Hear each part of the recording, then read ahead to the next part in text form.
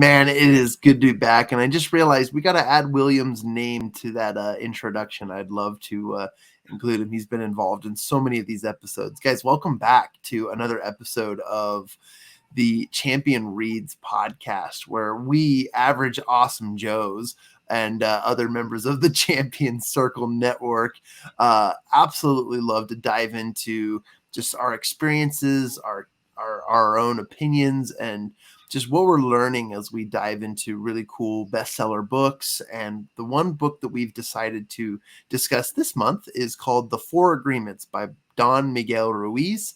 And I'd love to just jump right on into the conversations. No announcements. There's just some really good stuff here. And I want to welcome my two co-hosts here, Ian Sturmer. I had to throw the $ in there. And then William Blake. Love and appreciate you both. And I'm excited to hear and learn from you guys, because these are things that we constantly have to continue to learn. And the Four Agreements is a great reminder that whether you dive in and believe what the book shares with you, or you take the principles at face value, there's just some really, really great applications and constant reminders. I mean, we fall short of these agreements all the time, but these are the things we can remind ourselves that we can do. And this is just a really, really great book. I like it for personal development. On the business side, it helps as an application to clientele, to representing values, and just so much more. But just a little brief history, and might do some reading here for you guys. But I've got this cute little version of the book. It's my pocket version of the Four Agreements, and I do carry it around wherever I go. It's just a great reminder, and it's kind of like one of those types of books where it's small enough where you can get a lot out of it if you apply them when you read them. They can be like a quote book, or an inspiration, or a motivation book. I've got a book on my shelf over there called the Motivation Manifesto, and it's by Brennan Burchard, and it's got a ton of great just like quotes and phrases and strategies on how to just make your day awesome. And I feel like this is one of those books. So I'm excited to dive in, and just to give everyone a little bit of a brief history and sort of an introduction. I'll sort of read the introduction from this because I think it helps.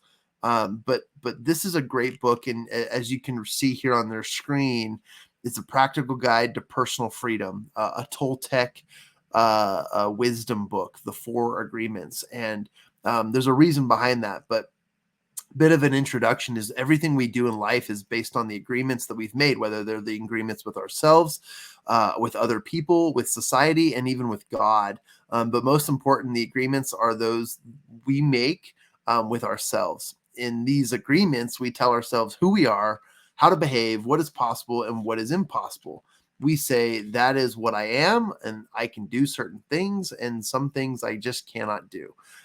One single agreement is not such a problem, but we have many agreements that make us suffer and fail in life. The agreements that come from fear to us require us to expend a lot of energy, but the agreements that come from love help us conserve energy and even gain more energy.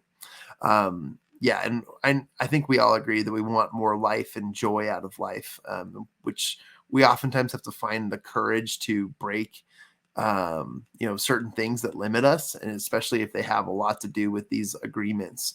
I'll skip ahead and say, based on ancient Toltec wisdom, the Four Agreements offers a simple code of conduct that can transform our lives to a new experience of freedom, happiness, and love. And just a little background too.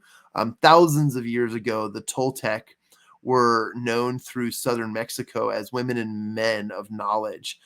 They came together as masters and students of the, here we go, Ian, help me out, the Teotihuacan? Is that what it is? Oh, yeah, I'm sorry, you're muted, but I'm going to go with Teotihuacan or Teotihuacan. I think that's right. Okay, the Guanajualuki. Okay, the ancient city of pyramids outside of Mexico City, known as the place where one becomes God. And it just goes into a little bit of history and how they believed, but they were known as a civilization of people who we're knowledgeable, and has a lot to do with being in tune with yourself, with your society, with your environment. And environment and nature has a lot to do with it, as well as your belief in God, which I think is a safe place for us to begin, because we have a foundation there as well. I think it's safe to I think it's safe to say that most people who maybe stumble in this podcast or want to listen have sort of a foundation where they believe in themselves, they believe in others, they believe in society, and they believe in possibly a higher being or a higher power. And that's a great place to start, because we can now discuss maybe one or two of the major agreements in this concept. Let me switch screens here, but just to kind of give away the entire premise of the book, this is a cool little poster. But the 4 agreements are 4 major principles, and we'll touch on 2 today. But the 4 that they spoke on was, number 1 was be impeccable with your word. Number 2 was don't take anything personally. Number 3 is don't make assumptions. I love that one. And then number 4 is always do your best. It reminds me of some familial and generational agreements that the Kovac clan, my family and genealogy, have mottoed and mantraed for decades, and it gives me just great purpose to remember, why I'm here, what I'm doing, and when I get off base or off track, it's definitely a great reminder to get back and centered. But if you guys are cool with it, let's start with be impeccable with your work. And this little excuse me, I just had a hiccup random. Being impeccable with your word is obviously a no-brainer for a lot of people in business, entrepreneurship. But when you think about it, and it talks here on the slide, it says speak with integrity, say only what you mean, avoid using the word to speak against yourself or to gossip about others. Use the power of your word in the direction of truth and love. Let's start with that first principle. Speak with integrity.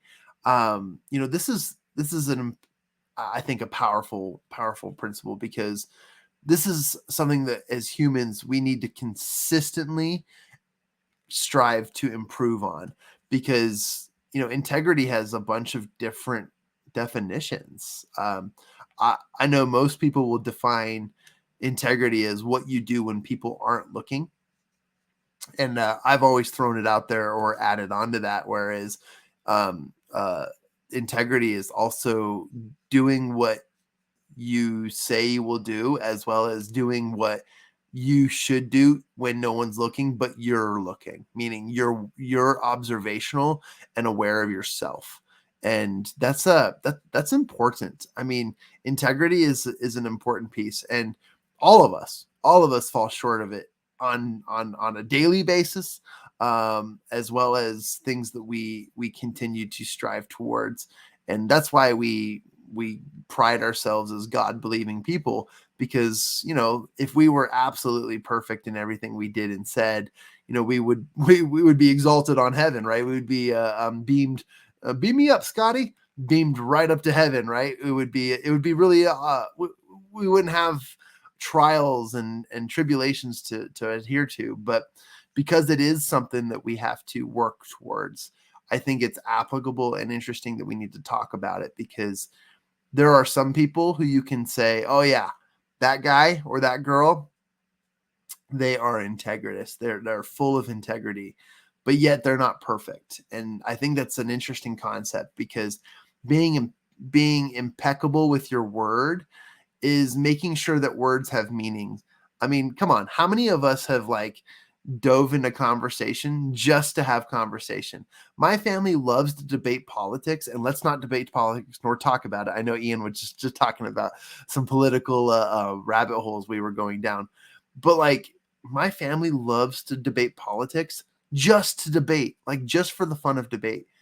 And for me, I am more of I'd rather just be, munching on my chips and salsa, listening to the whole thing, but I don't want to participate, because one, I don't want to be contributing to something I don't know and say. Two, I don't want to share nonsense. And three, I think your words are important. And here, I'll share this, and then I'll kind of open it up for anyone else to talk about it. But your words are important. So what you say is absolutely important. Like you want to be able to do what you say you'll do, but more of that, like take inventory of what you say, how you say it, and how often you say it.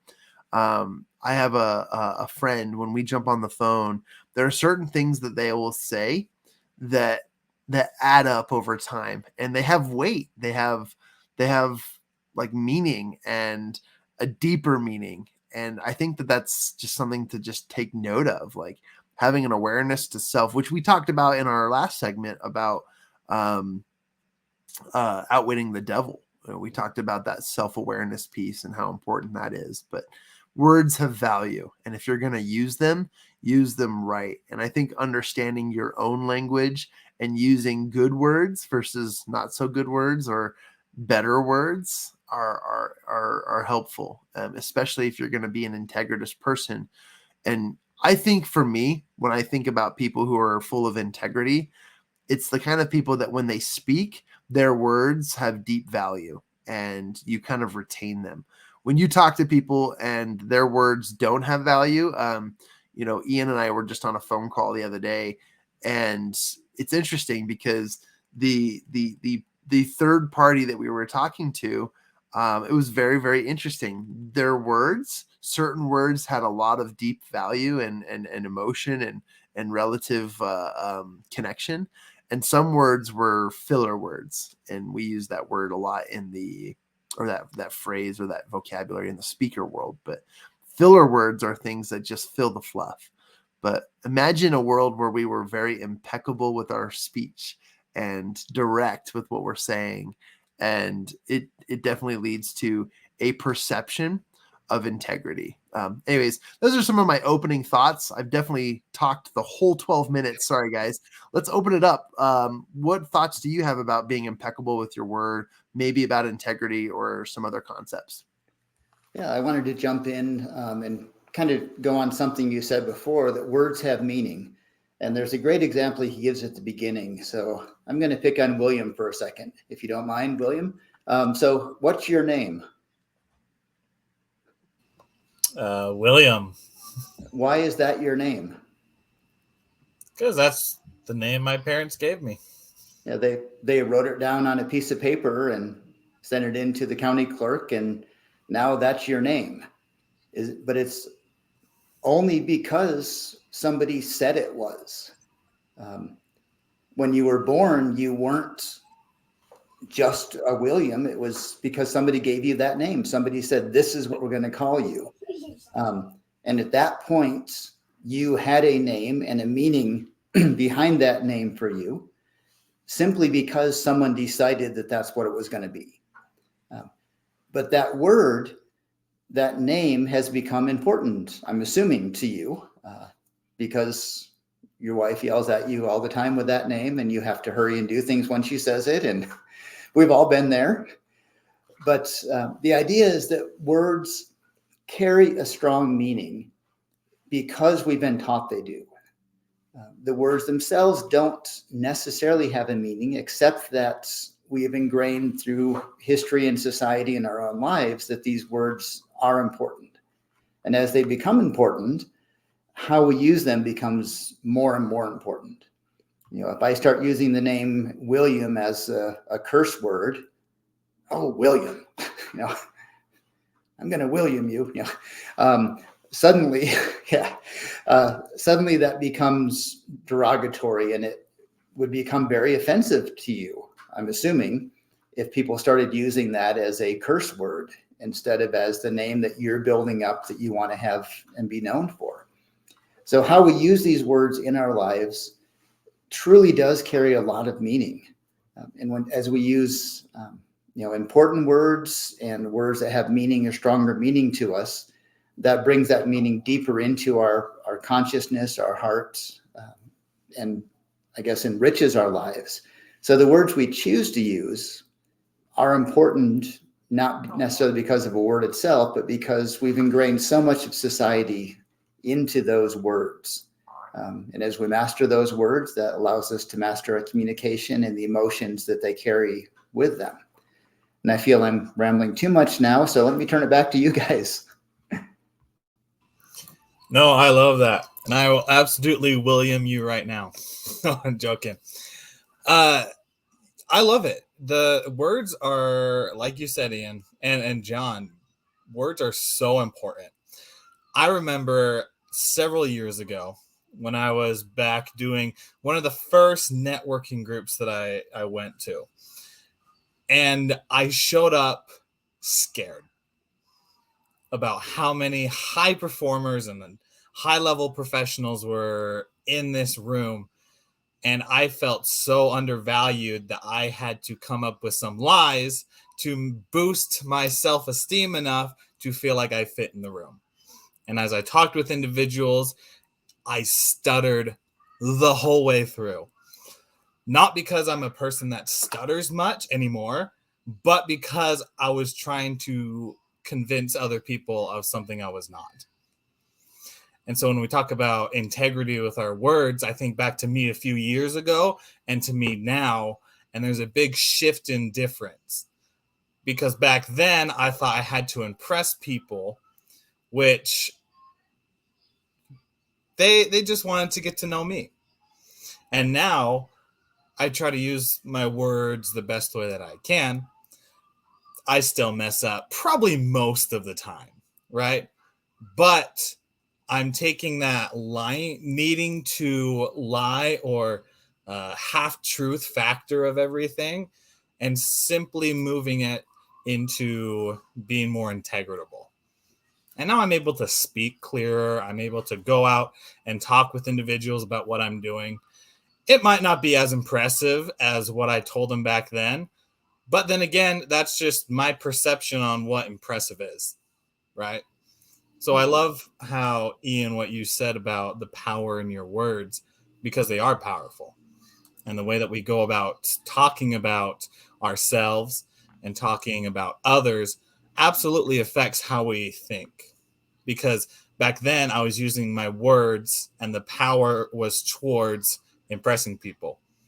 And now hopefully as I go throughout my day-to-day, my words are taking that power and moving them more towards helping others and improving myself more with self-love and self-identity.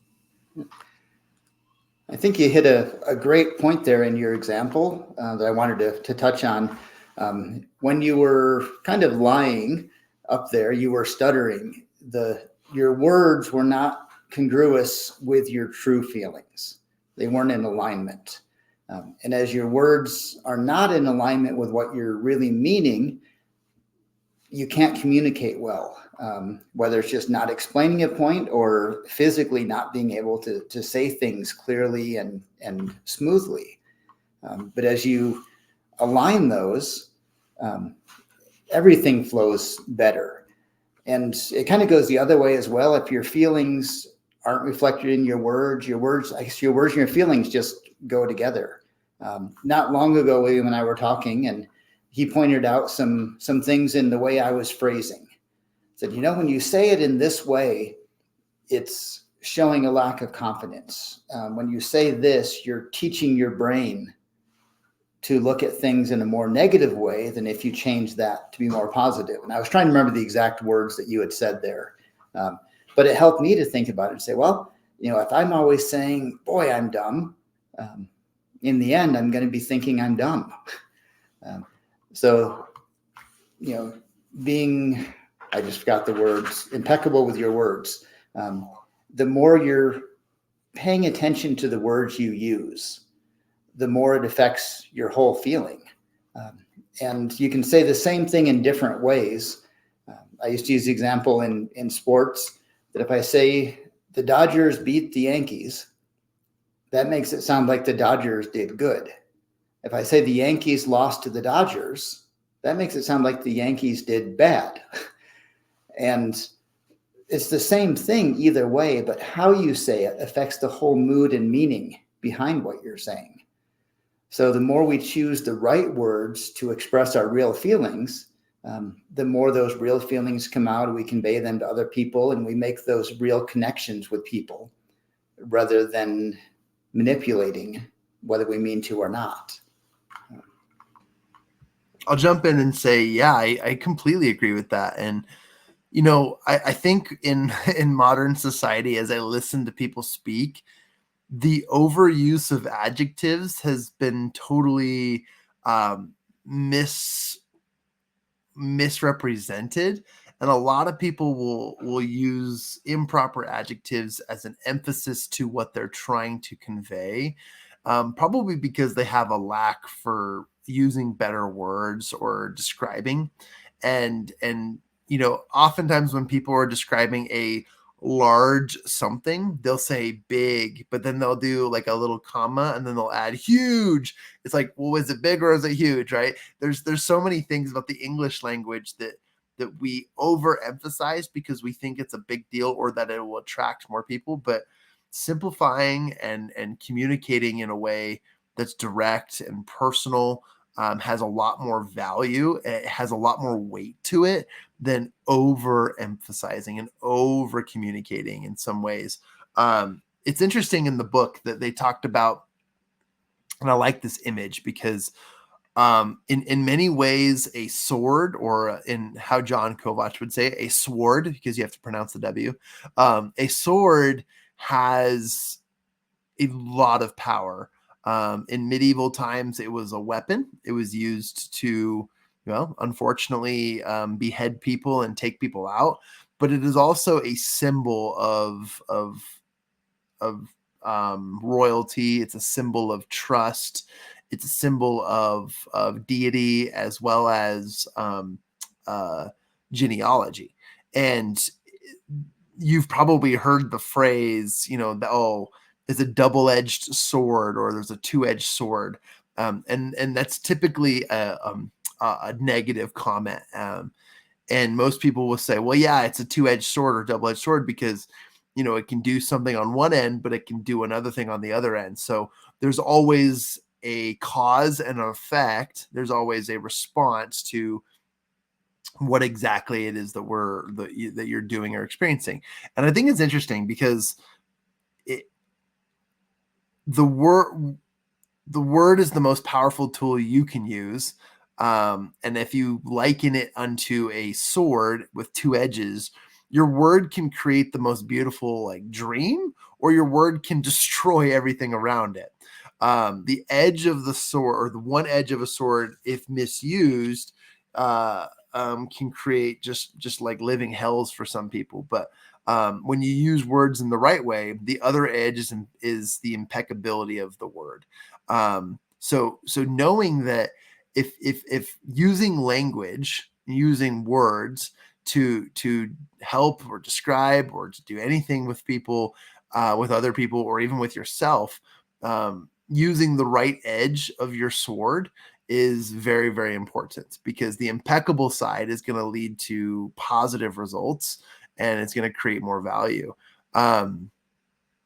Think of it this way. Let's use one of the most modern historical references.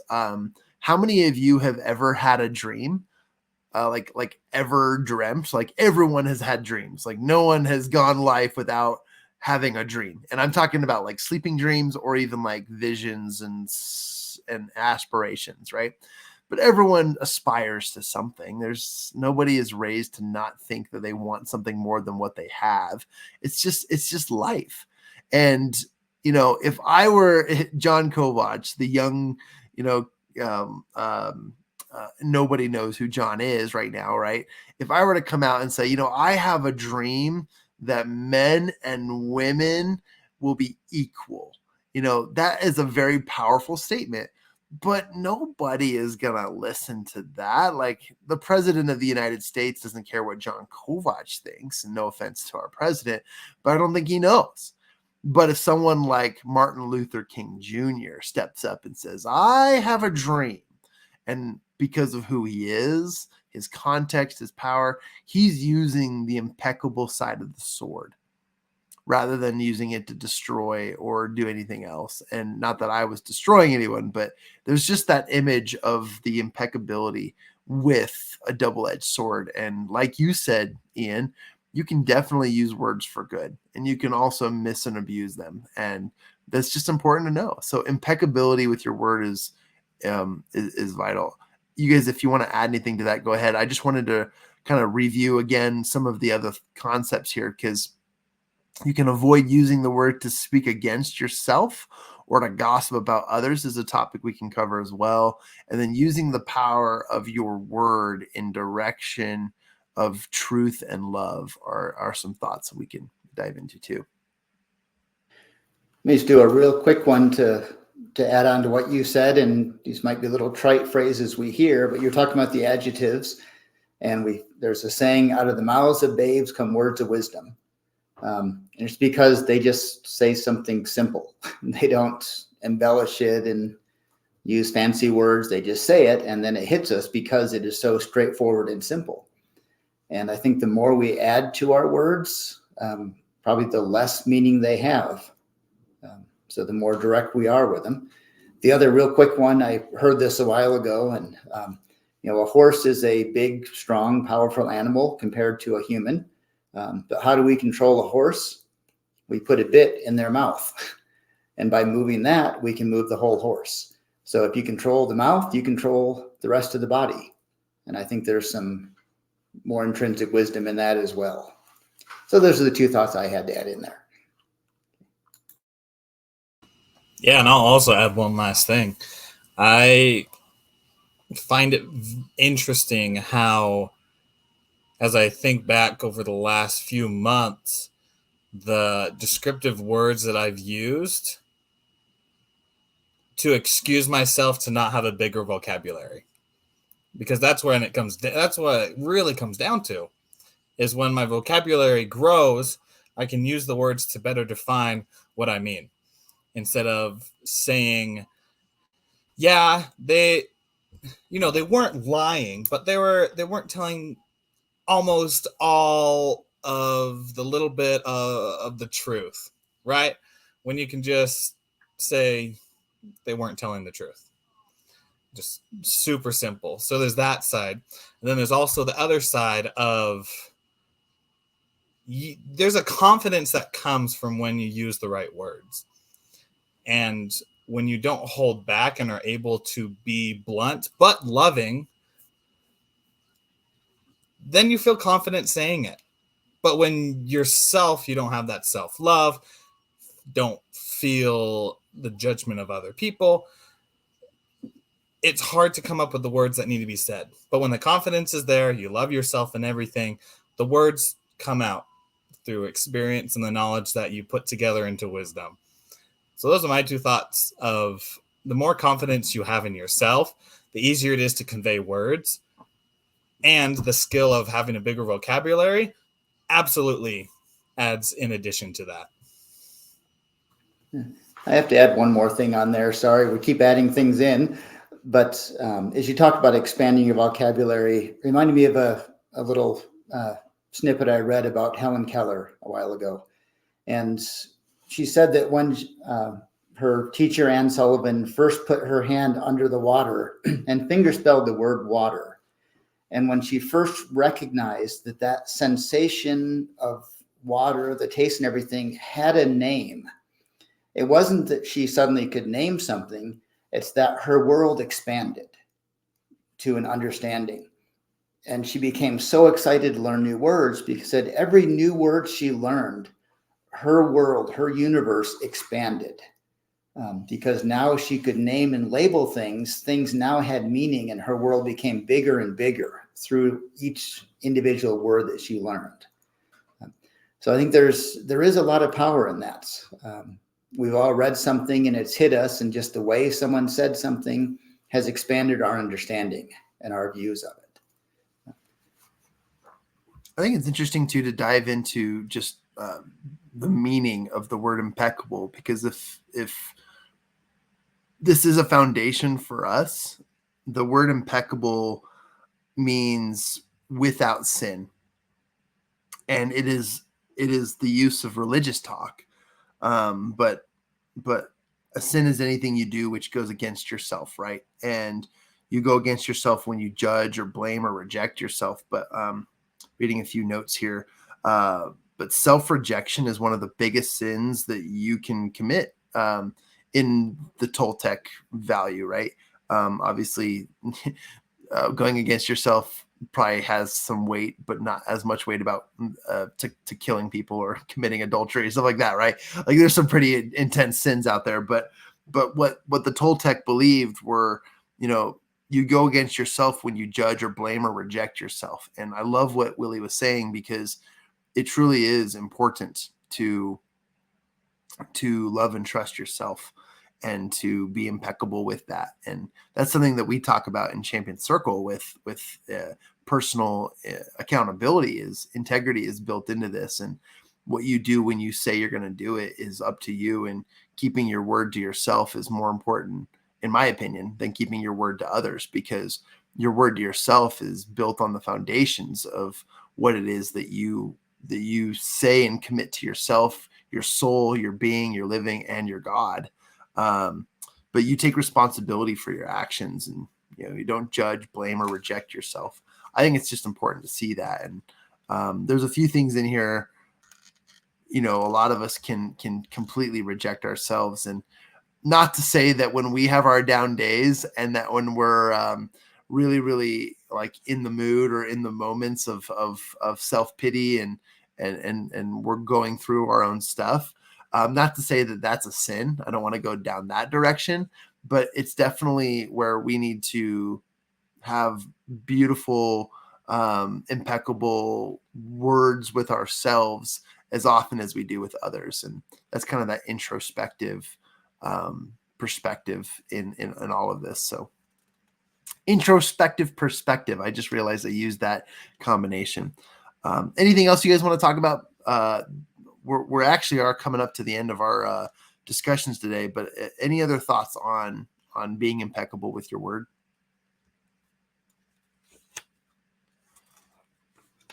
I think you covered it pretty well. Awesome. In that case, let's just take like 5 more minutes if you guys are cool, and we can cover this more on the next segment. But I would love to talk a little bit about the second agreement. And in the second agreement, it says, don't take anything personally. And in this slideshow, it says, nothing others do is because of you. What others say and do is a projection of their own reality. When you are immune to the opinions and actions of others, you won't be the victims of needless suffering. I think this is interesting, because maybe we just use this as a segue from impeccable words to just how we receive and perceive things, because nobody goes through life unscathed, right? We all bruise our knees. We all burn our fingers. We all feel both, joy and happiness, as well as anger and pain. And that is something that is unavoidable. But yet our emotions have value as well. Our emotions have weight. There's a reason and a meaning behind all of them. But when you don't take things personally, you accept and take ownership. That was something that the previous principle talked about, is you own it. You take ownership of what it is that you say, receive, do, and so forth. But when it comes to being on the receiving end, I've been in many situations where we've run into strangers, and strangers have opened their mouth, and sometimes strangers don't say the nicest things, and that can really throw you off your groove. That can really put you in a place where you're like, oh, I can't believe someone would say that. They don't even know me, and it drags you down a rabbit hole of negativity and a spiraling out of control emotion of anger, fear, of what people perceive and conceive from you, and so forth. And I think that it's so important sorry, there you go. Use the word, spell the word. It's got a T in there. Important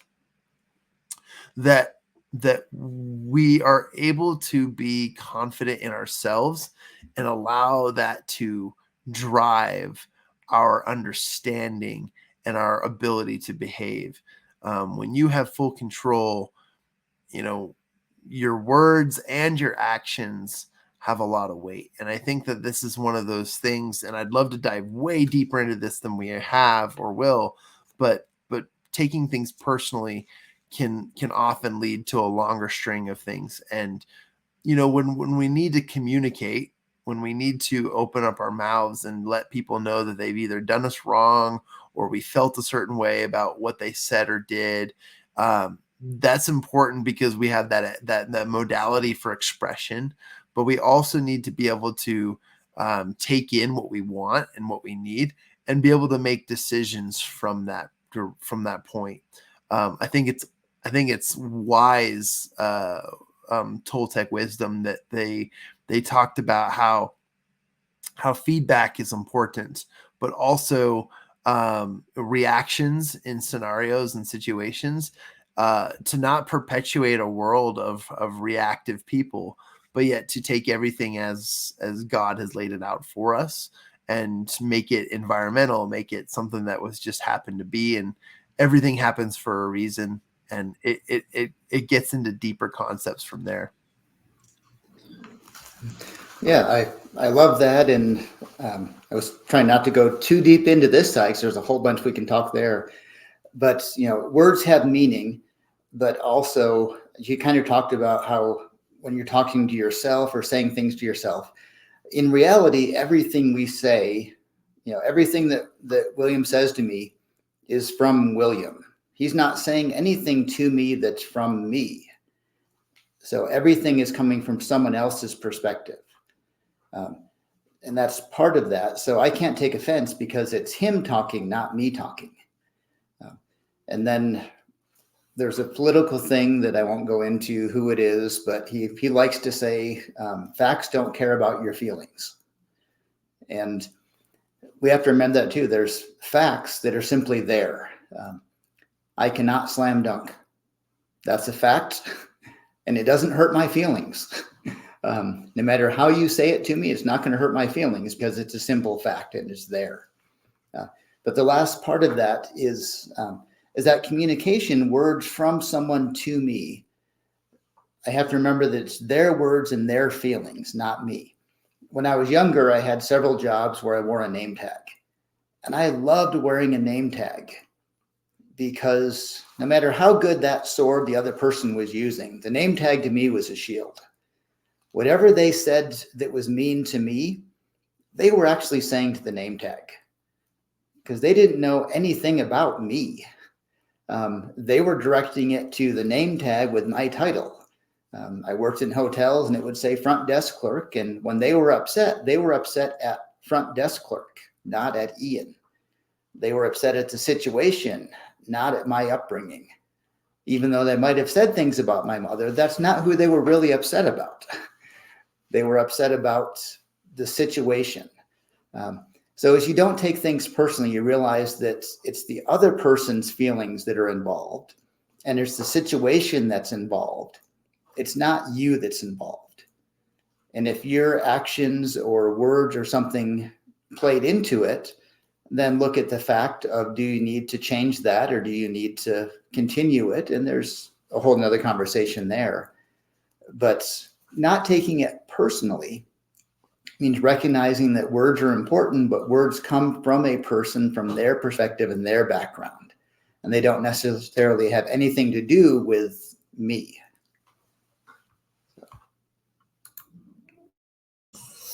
I love that. And man, you're right. We can go so many different avenues and so deep into so many different things. You know, filler words right there. So many different things. The two things that pop up to my mind that I would love to add to you, Ian and John, is it's okay to forget about things like that sometimes.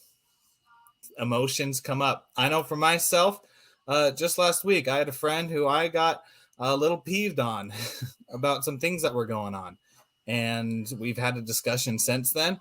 And he brought up a really great question, which was, I'm doing my thing, but how are you feeling with everything?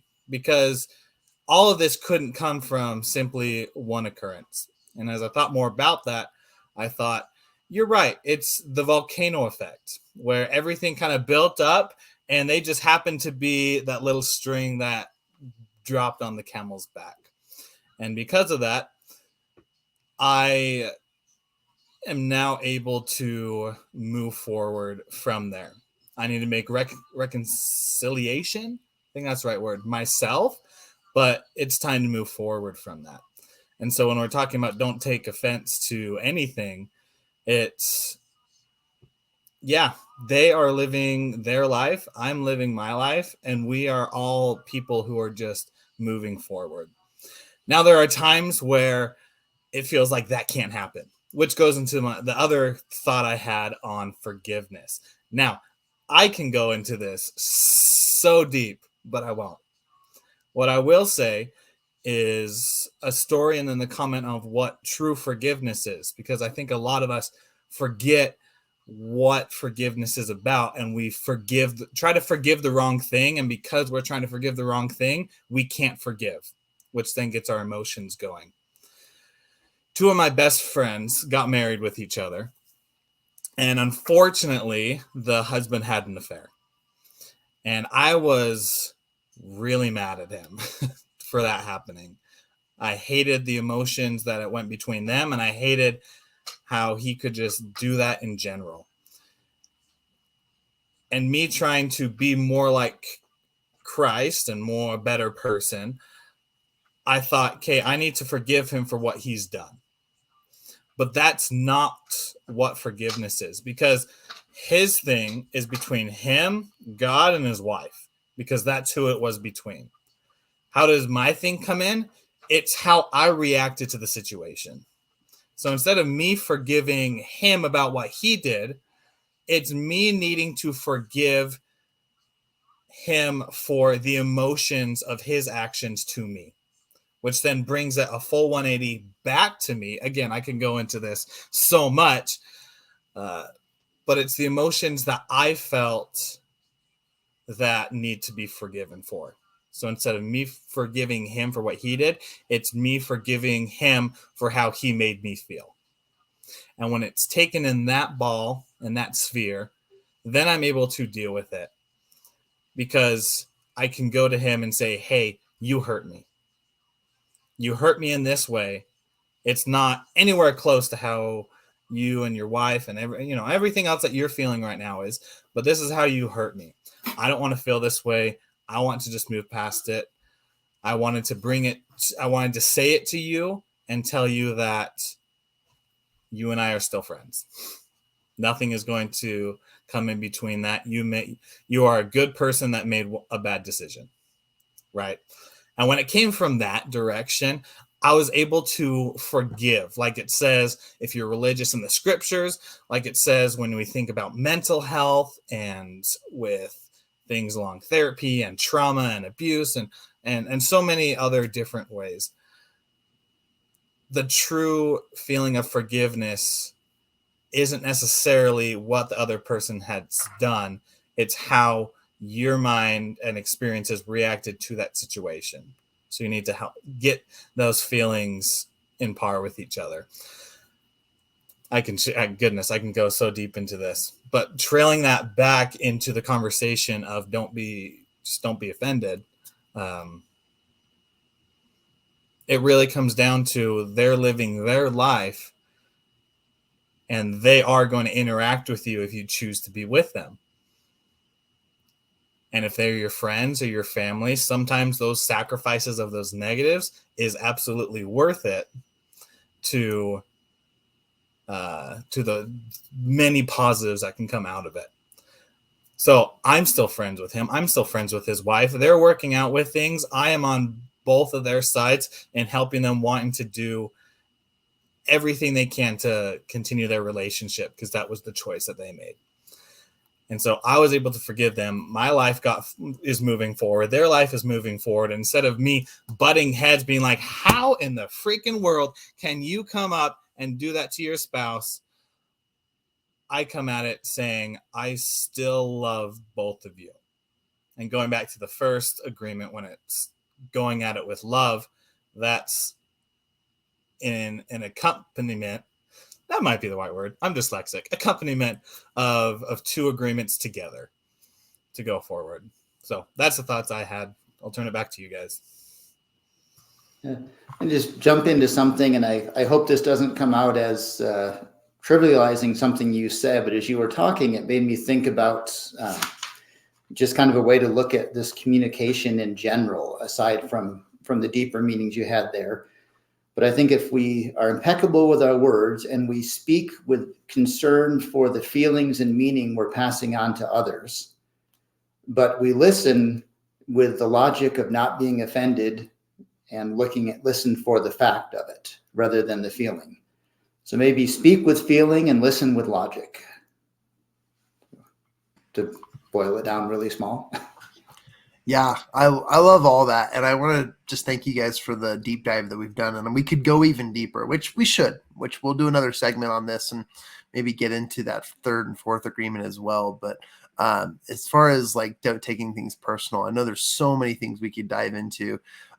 What Don Miguel Ruiz talks about, and I guess one of the most powerful statements of them all is understanding what your feelings in any situation are really about. And he says taking things personally is, and this is a bold statement, but taking things personally is the maximum expression of selfishness, because we make the assumption that everything is about me.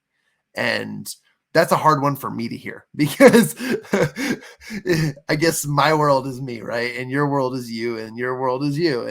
And that's helpful, because it leads into so many other things and scenarios, as Willie was sharing a really tragic scenario of his friendship, but how he's turned it into gold is important. And I know that there's just so many other principles that we can get into. For example, there's not only how we behave, but how we take things personally. How when we start to allow our emotions to take things personally, get the best of us, we become open to the poisons of our hearts, and that kind of emotional garbage can definitely move things in. Now, one thing I will share, and we can kind of end this as we're getting to the top of the hour, is that this does not suggest, and this is just for our listeners, this does not suggest that you become an emotionless person, right? It does not mean you need to turn off the switch of emotion. What it means is that you are entitled to your feelings. You have the ability to feel things, and that's one of God's greatest gifts to us. But taking things personally in any sense is a way of thinking about yourself versus maybe the greater scenario or the greater picture. And that's something to just take into perspective. I highly recommend this as a book you read. Pick up the 4 Agreements, take a look at it, read through it. You get some great examples. As described in our slide at the beginning here, it's a Toltec wisdom book. It's a book that you can gain your own personal principles out of and build off from there, because there are some deeper meanings to a lot of things. And there are some things where you can be like, yeah, that makes sense. I'm good at that. Right.